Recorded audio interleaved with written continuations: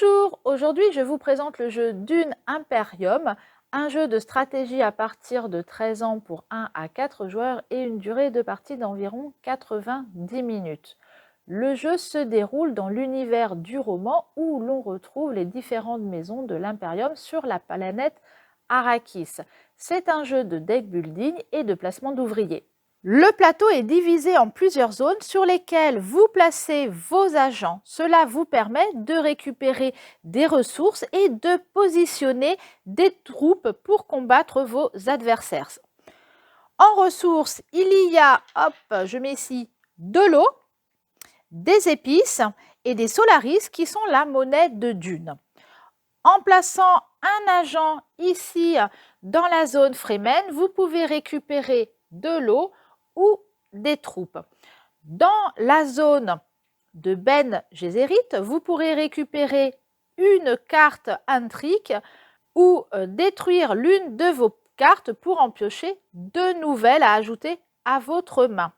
Dans la guide spatiale, vous pouvez récupérer des troupes et de l'eau ou une carte plissée. Enfin, la maison Corrino, en haut du plateau, vous permet de placer des troupes dans votre garnison et de récupérer une carte intrigue ou de prendre de Solaris. La partie centrale du haut plateau vous permet de récupérer des épices, des troupes, de l'eau, des cartes à ajouter à votre main, etc. On y reviendra un petit peu plus dans la partie.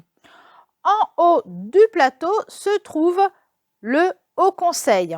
Le Haut Conseil vous apporte des points de persuasion si vous vous installez ici.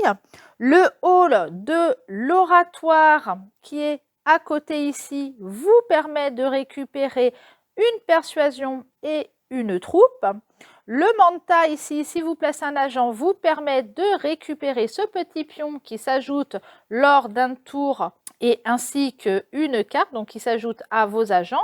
Ici, dans rallier des troupes, vous pouvez récupérer 4 troupes à ajouter à votre garnison. Et ici, cela vous permet de récupérer un 3e agent. On va voir qu'au départ de la partie, on n'en a que 2. Ensuite, ici, la partie chaume. Ici, on est plutôt dans la partie commerciale. Vous pouvez vendre des épices pour récupérer de l'argent. Et ici, obtenir un contrat en plaçant un agent, vous pouvez récupérer des solaris. Ensuite, continuons sur le plateau. Ici, vous avez la piste de score. Et enfin, ici, il y a la zone de combat. Quand vous devez récupérer des troupes, vous devez les positionner dans les cercles, ce qui représente les garnisons. Pour participer à un conflit, il faut placer vos troupes dans la zone au centre. Quand vous placez un agent sur une zone avec l'icône de combat, comme ici on voit en fait les armes sur le côté, vous pouvez placer des troupes sur la zone de combat. Et quand vous récupérez des troupes dans une zone comme par exemple ici où il n'y a pas cette icône de combat, c'est juste pour ajouter à votre garnison.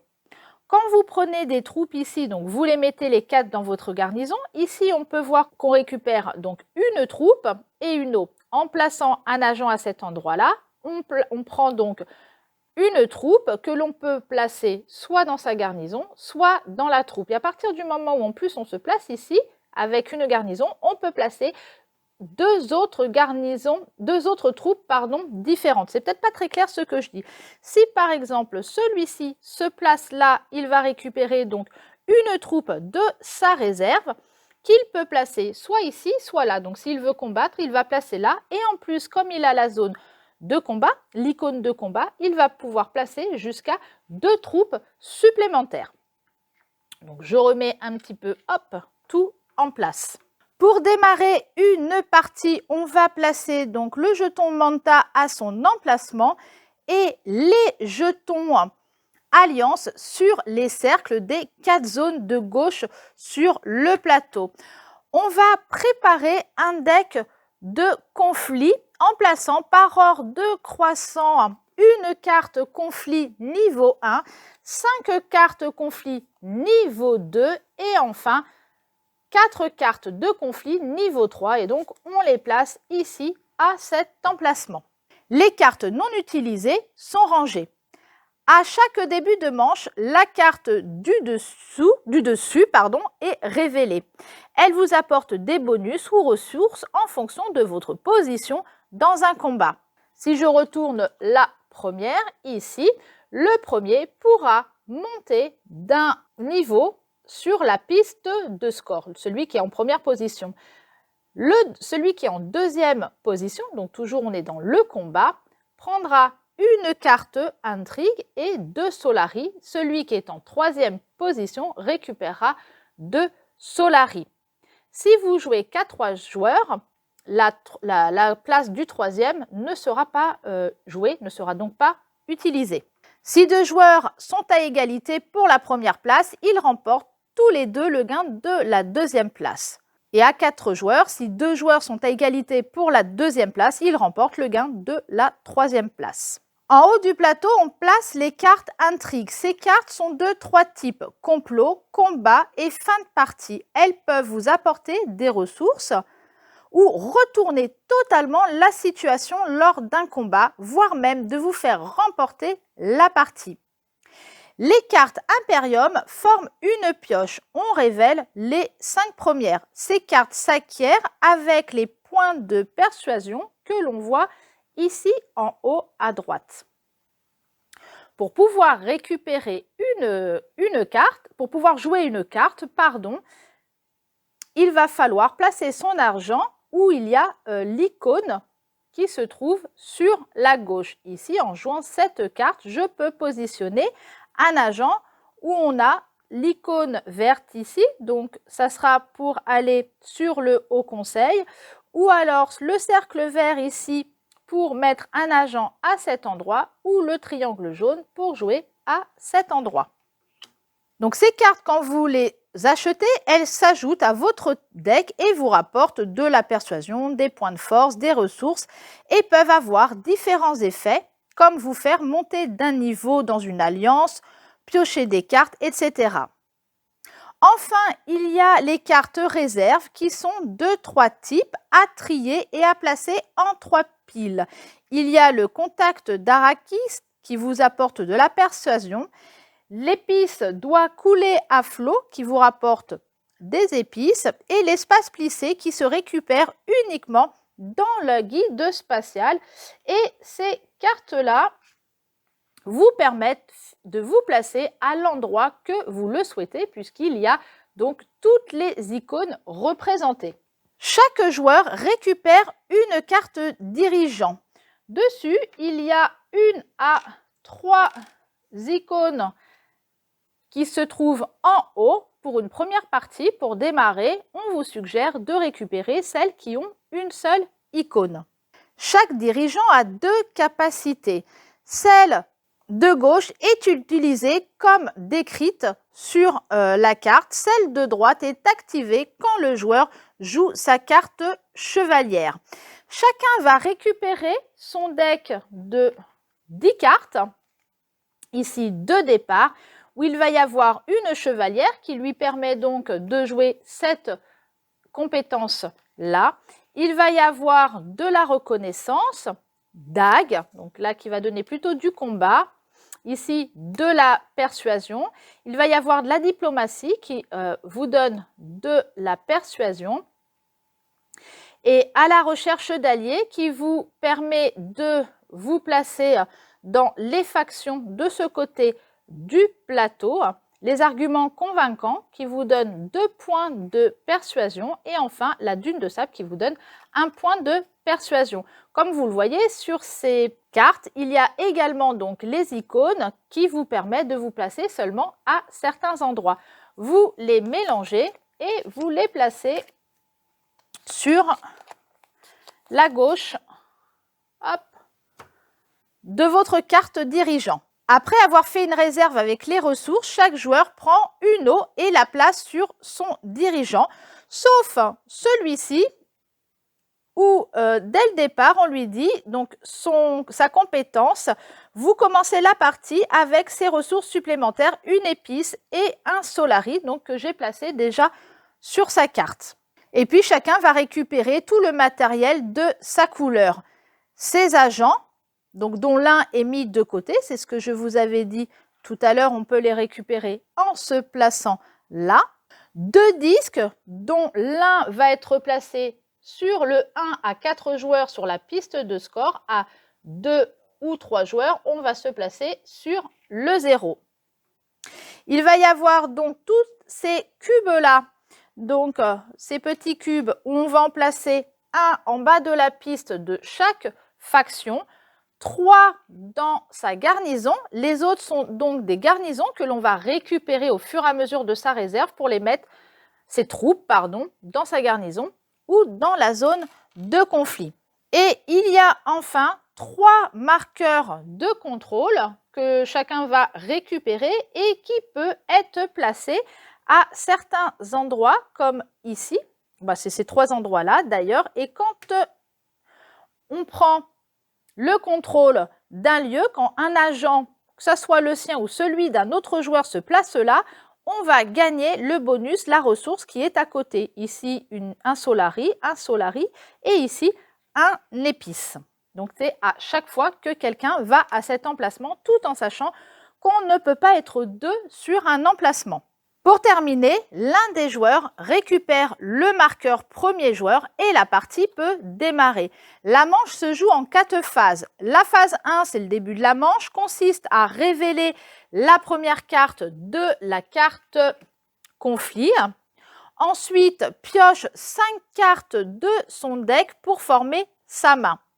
La phase 2, chacun leur tour, les joueurs vont jouer soit un tour agent, donc c'est-à-dire va placer un de ses agents sur un des emplacements en jouant une des cartes qu'il a en main, ou alors il va jouer un tour de révélation. Le tour de révélation met fin finalement à son tour. Il ne pourra plus jouer après parce qu'il ne peut plus placer d'agent après avoir révélé, parce qu'en fait c'est révéler toutes ces cartes. En général, c'est soit pour monter en force, on le verra, soit pour acquérir une carte, etc. Attention, certains emplacements demandent des ressources pour y accéder au-delà d'avoir la carte avec l'icône correspondante.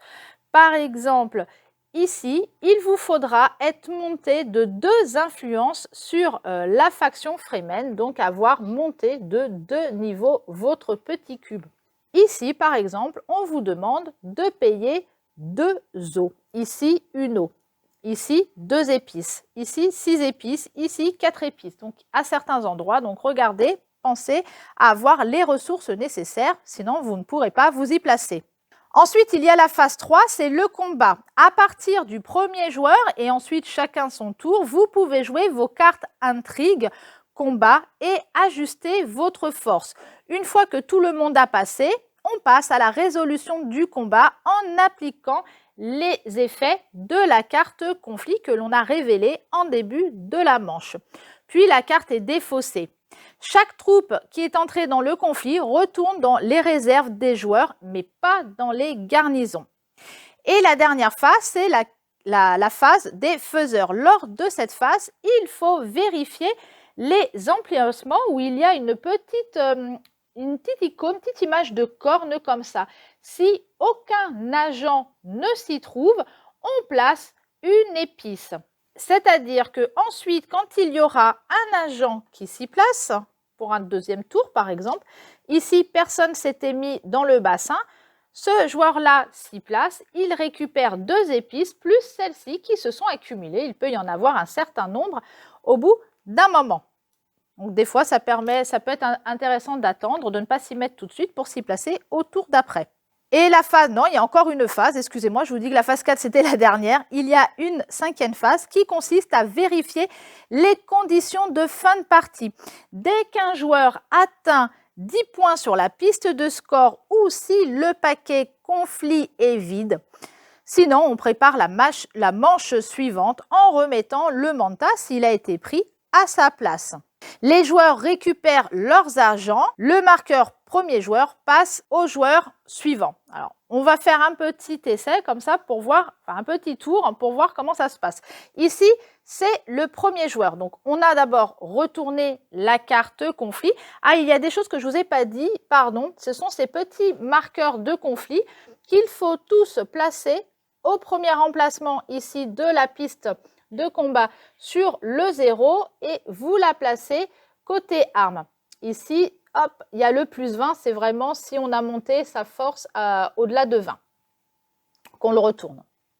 Donc, c'est à ce joueur-là de jouer.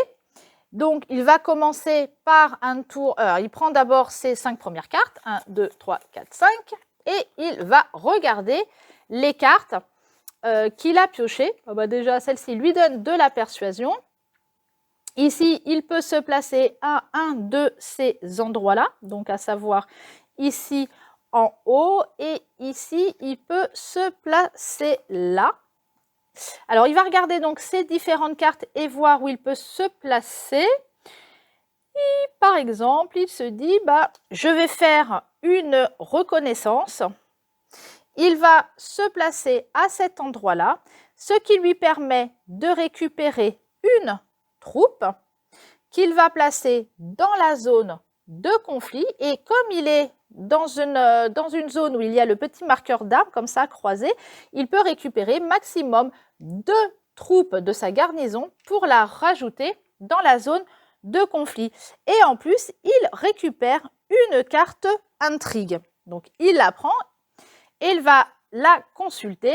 Et ici, c'est un combat. Lorsque vous remportez un conflit, on lui dit qu'il va récupérer 3 épices. Il ne la montre pas, il la garde de côté. Cette première carte qu'il a jouée, il la met de côté. Il garde les 4 autres en main pour le tour suivant. C'est au deuxième joueur de jouer. Il prend ses 5 cartes, les 5 premières cartes de son deck. Et alors lui, il a déjà une eau, une épice et un Solari. Alors lui, est-ce qu'il pourrait, il aimerait bien par exemple récupérer rapidement son 3e agent, mais pour cela, il lui faut 8 pièces. Donc, est-ce qu'il y a un endroit où il peut récupérer des sous? Donc, il peut ici en récupérer 2. Là, il lui faut 4 épices. Là, il peut en récupérer 2. Et avec la diplomatie, il peut s'y placer. Donc, il va prendre son agent et il va se placer dans l'alliance. Dès que vous placez un agent dans l'alliance, vous augmentez immédiatement votre cube dans la piste d'influence. Donc, il va la monter à cet endroit-là. Quand il va arriver au 2e niveau, il va monter sur la piste de score son disque d'1. Quand il arrivera ici au 4e, il va récupérer le disque et il va monter également d'un niveau sur la piste de score. C'est comme ça, avec les cartes conflits, qu'on va faire également monter comme ça petit à petit. Donc, il va récupérer celle-ci. Tout en sachant que, attention, si quand même, il est arrivé à la 4e, il va prendre le disque, mais s'il a un autre joueur qui le dépasse, c'est lui qui récupère le disque, qui va monter d'1, et ce joueur-là va descendre d'1 sur la piste de score. Donc, hop, je remets là, il est monté d'1, il va récupérer donc 2 Solari. Hop. Alors, vous voyez qu'il y en a de différentes tailles. Les petits valent 1 et les grands valent 5. Et c'est la même chose pour les épices où il y a des petits et des grands. Donc, il a joué cette première carte diplomatie qu'il met de côté. Et on passe maintenant au joueur suivant. Ça peut aller extrêmement vite quand même. Hop, qui va récupérer ses cartes. Et alors lui, par exemple, il va jouer... Alors, j'ai dit qu'on pouvait faire la révélation, mais ce qui est intéressant, c'est d'abord de déployer ses agents avant de faire la révélation, puisque vous ne pouvez plus en placer par la suite. Il va, par exemple, jouer sa chevalière et il va se placer, lui il n'a rien pour le moment, et il va se placer à cet endroit-là qui lui permet de récupérer une troupe. Hop. Cette troupe, il va également la placer là et en placer deux autres de sa garnison. Il va récupérer une carte également pour la rajouter à son deck. Donc c'est la carte du dessus. Et puis il a joué sa chevalière et dès qu'il joue la chevalière, il récupère également une autre carte. Hop, je vous le montre mieux. Elle, sa compétence en jouant la chevalière est de récupérer une carte et qu'elle rajoute dans sa main. Le tour est terminé, elle met cette carte de côté, celle-ci pour le tour suivant. On passe au suivant. Hop, s'il avait une eau quand même, je me dis c'était un peu bizarre, c'est parce que j'avais tout poussé tout à l'heure. Le joueur suivant, hop, va piocher à son tour, hop, 5 cartes et il va se placer, par exemple, il va jouer la diplomatie et se placer dans l'espace plissé, il peut. Il va donc monter d'un niveau et ici, cela lui permet de récupérer une carte plissée. Donc cette carte plissée, on vous dit que quand vous la jouez, vous récupérez une carte donc, qui est dans votre pioche pour la rajouter à votre main et vous la détruisez immédiatement et ça vous permet de vous placer où vous le souhaitez. La carte est mise sur le côté de sa défausse comme ça, toujours au-dessus. Hop, peut-être que je le mette du bon côté, c'est celui-là qui a joué, c'est le vert. La carte qu'il a jouée est mise de côté. Et on revient donc au premier joueur qui va placer un agent. Et par exemple, hop, il va se placer à cet endroit-là en jouant une dague. Hop, il la met de côté. Cette dague lui permet de récupérer une persuasion. On le verra dans la partie révélation.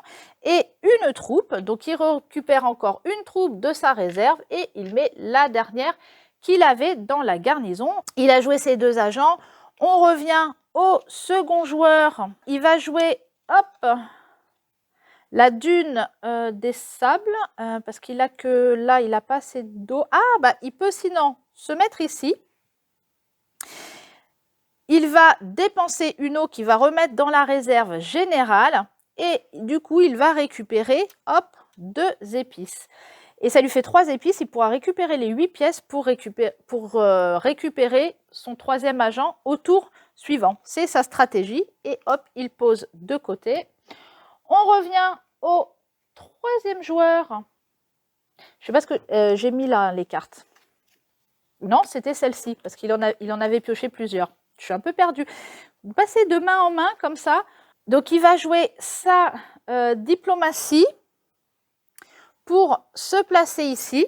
Ça lui coûte une eau qu'il va remettre dans la réserve générale. Il récupère 2 troupes qu'il place là.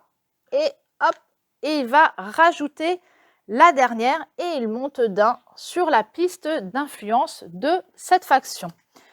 Enfin, hop, le dernier joueur. Avec ce qui lui reste, il peut aller là-haut, mais là, bien souvent, il faut des pièces et il n'en a pas. Et à cet endroit, éventuellement, bah, ouais, là, il n'a plus trop le choix. Il va se placer là et ça lui fait récupérer une épice. Hop, il va se mettre là et récupérer une épice. Hop, et la mettre sur son dirigeant. Et maintenant, on revient au premier joueur. Tous les agents sont joués, donc de toute façon, on ne peut jouer que la partie révélation. Dans ces cas-là, on récupère les cartes restantes en main et on les révèle. Et puis, on y applique les effets. Donc, quand il y a des armes avec des combats, on va pouvoir monter comme ça sa force de ses troupes. Mais là, il n'en a pas. Par contre, il n'a que 2, 4, il a 5 persuasion plus une 6e ici. Il a donc 6 points de persuasion et il va regarder ce qui se trouve dans les cartes. On peut en acheter plusieurs à partir du moment où on reste toujours dans le total de ce qu'on a. Il peut aussi acheter une de celles-ci. Là, il en faut 9, il en faut beaucoup. Donc, par exemple, il se dit, bah, tiens, je vais prendre celle-ci, Ben Gesserit. Alors, qui va lui donner soit 2 points de persuasion ou de force. Et celle-ci lui donne ces 2 endroits-là où il peut aller, sur Ben Gesserit ou dans le Haut Conseil. Et il y a également des cartes, là c'est pas le cas, mais il y a d'autres cartes, par exemple je sais Ben Gesserit, ou si on en a 2 dans sa main, quand on les révèle, ça donne un effet supplémentaire. Donc il achète cette carte-là, qui en vaut 3, il en a 6, il pourrait très bien en prendre d'autres, et puis il va prendre celle-là de la guilde spatiale. Il va récupérer ces 2-là, et donc ensuite, toutes ces cartes sont défaussées, donc les 2 premières qu'il avait jouées, hop, qu'il pose là. On passe au joueur suivant. Toc, je me trompe de carte. Lui aussi n'a plus d'agent, il va jouer ici ses cartes.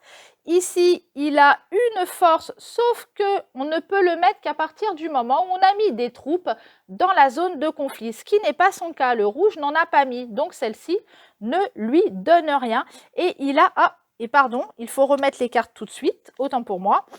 Et il a 2 points de persuasion, donc il va prendre une carte. Il va prendre par exemple celle-ci, et il va défausser toutes ces cartes. On arrive au joueur bleu. Donc, lui, le joueur bleu, a ces cartes-là. Touc, touc, touc. Et il a 2 cartes avec 2 points de force. Alors, ce que je n'ai pas dit, c'est que les armes qu'il y a sur les cartes rapportent 1 point de force et chaque troupe en rapporte 2. Donc, ici, il a 2 points de force. Donc, il va déjà, hop, monter ici de 2 points de force. Et il a 2, 3, 4 points de persuasion. Et avec 4 points de persuasion, il va prendre cette carte-là, hop, qu'il va mettre de côté. Toutes les cartes jouées lors de cette manche sont défaussées. C'est au tour du joueur suivant. Ici, le vert, pareil, il n'a pas joué de troupes dans le conflit, donc cette carte-là ne lui sert à rien. Et il a, j'ai oublié de remettre encore une carte, il a 4 points de persuasion, et avec 4 points de persuasion, il décide de prendre ces cartes-là. Il les défausse et il défausse tout ça. On va passer maintenant à la partie combat. Pour ceux qui ont joué le combat, ici, le joueur jaune 2, 4, 6, 8, 10. Ça, je ne sais plus, je ne les ai pas ramassés tout à l'heure, je ne sais plus à qui c'était. Le rouge ou le vert, je ne sais plus. Donc, 2, 4, 6, 8, 10. Donc, il va aller, hop, jusqu'à 10. Et il avait également une carte intrigue, mais là, faut qu'il gagne le conflit. On verra avec le bleu. Maintenant, le bleu, lui, a 2, 4, 6, 8, 10, 12. Ah là là, et il en était déjà à 2. Donc, ça le fait avancer à 14. C'est donc le joueur bleu qui remporte la partie. Donc, lui, il n'est pas obligé de jouer sa carte intrigue. Il va la garder pour une prochaine fois, puisque personne ne l'a vu. On ne sait pas ce que c'est. Donc, vu qu'il a gagné, il est en première place et ça lui permet d'avancer sur la piste de score d'un niveau. Hop, il arrive ici. La deuxième place est attribuée à jaune de toute manière, qui récupère une carte intrigue. Ah bah là, qui lui propose de dépenser 2 épices pour avoir 5 points de force. Il la met également de côté et il gagne également 2 Solari qu'il récupère. Il n'y a pas de 3e place puisque les autres n'ont pas joué. On va maintenant vérifier la partie faiseur. S'il y a des endroits avec une corne où il n'y a pas d'agent, c'est le cas ici. Donc, on va rajouter une épice à cet endroit-là. Les troupes qui ont été engagées vont être récupérées et remis, hop, dans la réserve, hop, des joueurs. Les autres restent à cet endroit-là. Et puis, les petits marqueurs retournent sur la piste 0. Chacun va maintenant récupérer ses agents pour démarrer une nouvelle manche. On va passer le marqueur premier joueur au joueur suivant. Hop. Le pion Manta n'a pas été joué. Je crois qu'il me manque un. Hop, là-bas, je me disais, il en manque un.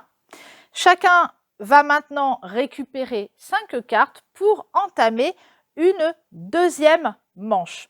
Je n'ai pas été à tous les endroits, mais vous comprenez un petit peu comment se joue le principe. Quand on prend une carte, ici, on défausse une de sa main. Des fois, ça peut être intéressant d'en défausser une parce qu'il y en a, elles ne nous apportent pas grand-chose. Et puis, on a des cartes beaucoup plus intéressantes qu'on a envie d'avoir dans son deck beaucoup plus vite. Donc, ça peut être intéressant aussi de défausser. Après, vous avez sur le plateau tout indiqué dans l'ordre des tours, donc le début de la manche, le tour des joueurs. Pour démarrer, on va recouvrir hop, cette carte, la carte conflit pour mettre la deuxième. Et ici, par exemple, le premier joueur va pouvoir monter dans chaque faction. C'est intéressant d'essayer de garder aussi celle-là. Chaque faction, il va monter d'un cran. Le deuxième va récupérer une eau et 2 Solari. Et le troisième va récupérer une eau. Quand la fin de partie est déclenchée, vous pouvez jouer et résoudre vos cartes intrigues fin de partie. Elles peuvent vraiment faire toute la différence. J'en ai pas vu là, on a vu combat. Alors vous avez d'autres, par exemple comme complot, ici c'est marqué. Complot, ici vous la jouez quand vous le souhaitez et par exemple elle vous donne 2 Solari. Vous en avez d'autres comme ça donc qui vous donnent des ressources. Ici par exemple elle vous donne une eau. Je voudrais en trouver une fin de partie, hop, par exemple, là, celle-ci. Là, par exemple, si vous récupérez cette carte-là, on vous dit que si vous avez au moins 2 épices doit couler à flot, donc c'est ces cartes-là, vous les possédez dans toutes vos cartes, vous allez pouvoir monter d'un niveau. Si vous avez plus de l'épice doit couler que chaque adversaire, vous pouvez monter de 2. Vous pouvez, enfin monter d'un. Ça fait qu'en cumulant les deux, vous pouvez monter de 2. Et ça peut vraiment faire toute la différence en fin de partie. Il y a un premier joueur qui se dit, hop, moi je suis sur 10, toi tu es sur 9. Sauf que lui, il a 3 cartes qui doivent couler à flot. Et hop, du coup, ça peut le faire monter ici. Et c'est lui qui gagne la partie. Dans un premier temps, le jeu paraît assez compliqué, mais en réalité, la mécanique est simple et répétitive. Si vous jouez seul ou à 2, il y a quelques règles à appliquer et vous allez jouer également avec des cartes de la maison Agal pour simuler un adversaire. Tout est expliqué dans un feuillet. Retrouvez Dune Imperium à la médiathèque et moi je vous dis à très bientôt avec un nouveau jeu.